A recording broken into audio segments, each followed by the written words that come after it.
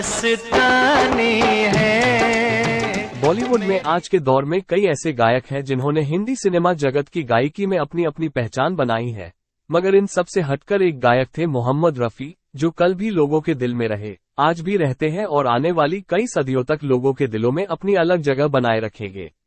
रफी साहब का जन्म 24 दिसंबर 1924 के दिन कोटला सुल्तान सिंह नामक गांव में हुआ था, जो आज के समय में पंजाब के अमृतसर डिस्ट्रिक्ट में मौजूद है। 6 भाइयों में सबसे छोटे मोहम्मद रफी साहब को गाने का शौक उस समय हुआ जब उनके मोहल्ले से एक फकीर रोज एक पंजाबी गीत गाता हुआ जाता था।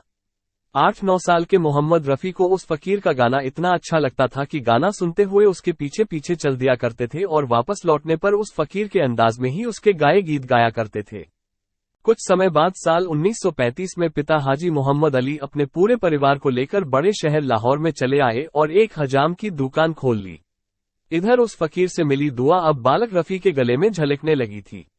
इस गले में झलकते हुनर को भाई के एक दोस्त अब्दुल हमीद ने पहचाना, जो बाद में जाकर इनके रिश्ते में बहनोई भी बने।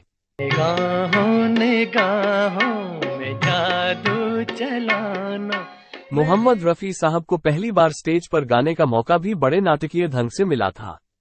हुआ यूं कि एक बार लाहौर में मशहूर गायक केएल सहगल साहब का शो रखा गया था।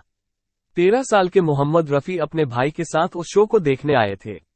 अचानक वहां बिजली गुल हो गई और ऐसे में केएल सहगल साहब को ना सुन पाने की वजह से दर्शक चीखने चिल्लाने लग गए थे। रफी साहब के भाई ने शो रखने वाले से अपने भाई के लिए सिफारिश की और कहा कि जब तक बिजली नहीं आ जाती तब तक ये लड़का गुस्साई भीड़ का दिल बहला देगा। मौके की नजाकत देख मोहम्मद रफी को स्टेज पर गाने के लिए भेज दिया गया। इसी शो में एक संगीतकार श्याम सुंदर जी भी मौजूद थे, जिन्होंने 13 साल के मोहम्मद रफी की आवाज सुनी और साल 1941 में एक पंजाबी फिल्म बुल बलोच के लिए गाने का मौका दिया। आवाज को पहचान मिलने के बाद रफी साहब को लाहौर के ऑल इंडिया रेडियो में गाने का बुलावा आया। वो श्याम सुंदर जी ही थे जिन्होंने रफी साहब को बंबई बुलाकर अपनी हिंदी फिल्म गांव की गोरी में गाने का मौका दिया और अपने पहले गीत दिल हो काबू में तो दिलदार की ऐसी तैसी से रफी साहब का हिंदी सिनेमा जगत में सफर शुरू हुआ। अरे दिल हो काबू में तो दिलदार की। मोहम्मद रफी साहब ने अपने जीवन में 2 शादियां की थी। पहली पत्नी ने भारत पाकिस्तान विभाजन के समय भारत में न रहकर पाकिस्तान जाने का फैसला लिया, जिसके लिए रफी साहब राजी नहीं हुए और पहली पत्नी उन्हें छोड़कर पाकिस्तान चली गई। उनकी दूसरी शादी बेगम विकलीस के साथ हुई, जिनसे उन्हें 6 बच्चे हुए। ये जो लड़की है उड़ती पवन सी। 4 बेटों और 3 बेटियों में से एक बेटा उन्हें पहली पत्नी से था।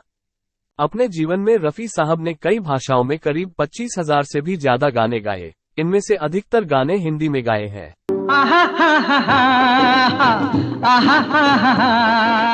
नौशाद, शंकर जयकिशन, ओपी नयर और सचिन देव बर्मन जैसे संगीतकारों के साथ काम करते हुए रफी साहब ने अपना पहला फिल्म फेयर अवार्ड साल 1960 में 14वीं का चांद नामक फिल्म के शीर्षक गीत के लिए मिला था।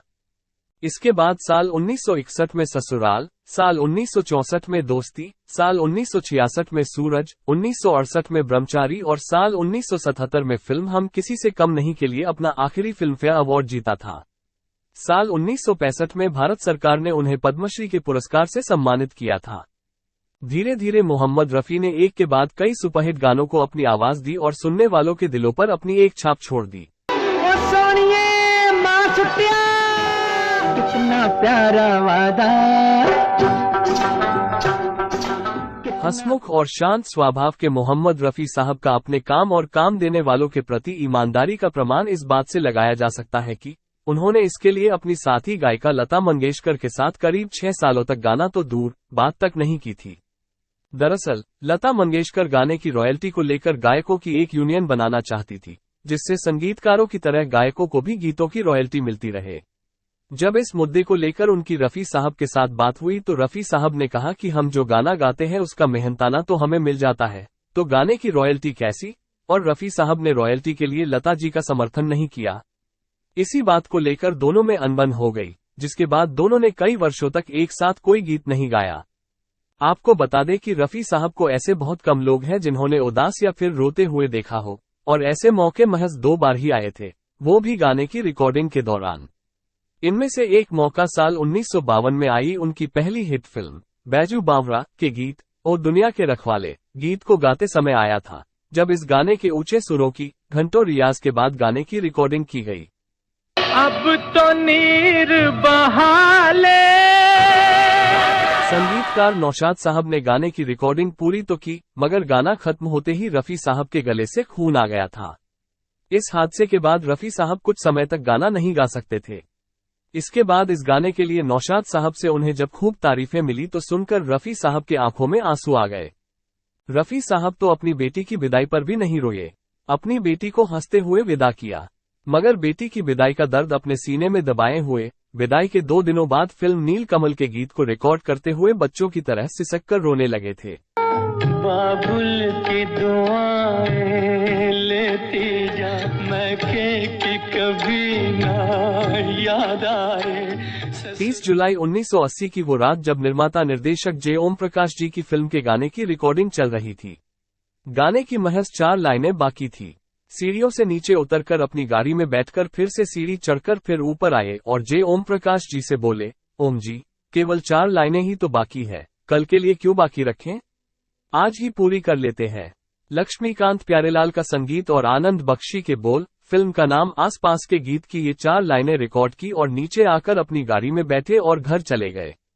दूसरे दिन 31 जुलाई के दिन रफी साहब को दिल का दौरा पड़ा और हिंदी संगीत का अनमोल रत्न इस दुनिया से अपना काम पूरा करके उस दुनिया में चला गया। रफी साहब का अंतिम संस्कार जुहू के मुस्लिम कब्रिस्तान में किया गया था। उस दिन बारिश होने के बावजूद रफी साहब की अंतिम यात्रा में करीब 10,000 से भी ज्यादा लोगों का कारवां सड़कों पर उमड़ पड़ा था। ये भीड़ उनके चाहने वालों की थी, जो अब तक की सबसे विशाल अंतिम यात्रा रही थी। उनको सम्मान देते हुए भारत सरकार ने 2 दिन की राष्ट्रीय छुट्टी भी घोषित की थी। साल 2010 में रफी के मकबरे को दूसरे फिल्म इंडस्ट्री के आर्टिस्ट जैसे मधुबाला के साथ बनाया गया। मोहम्मद रफी के चाहने वाले हर साल उनके जन्म और मृत्यु के दिन मकबरे के पास उन्हें श्रद्धांजलि और जन्मदिन की बधाइयां देने आते हैं। इसी जगह पर उनकी याद में एक नारियल का पेड़ भी लगाया गया है। ये पर्दा हटा दो,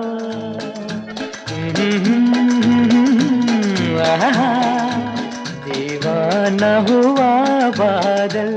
दोस्तों, अगर आपको भी मोहम्मद रफी साहब की आवाज और उनके गाए गीत पसंद हो तो इस चैनल को सब्सक्राइब करें। धन्यवाद।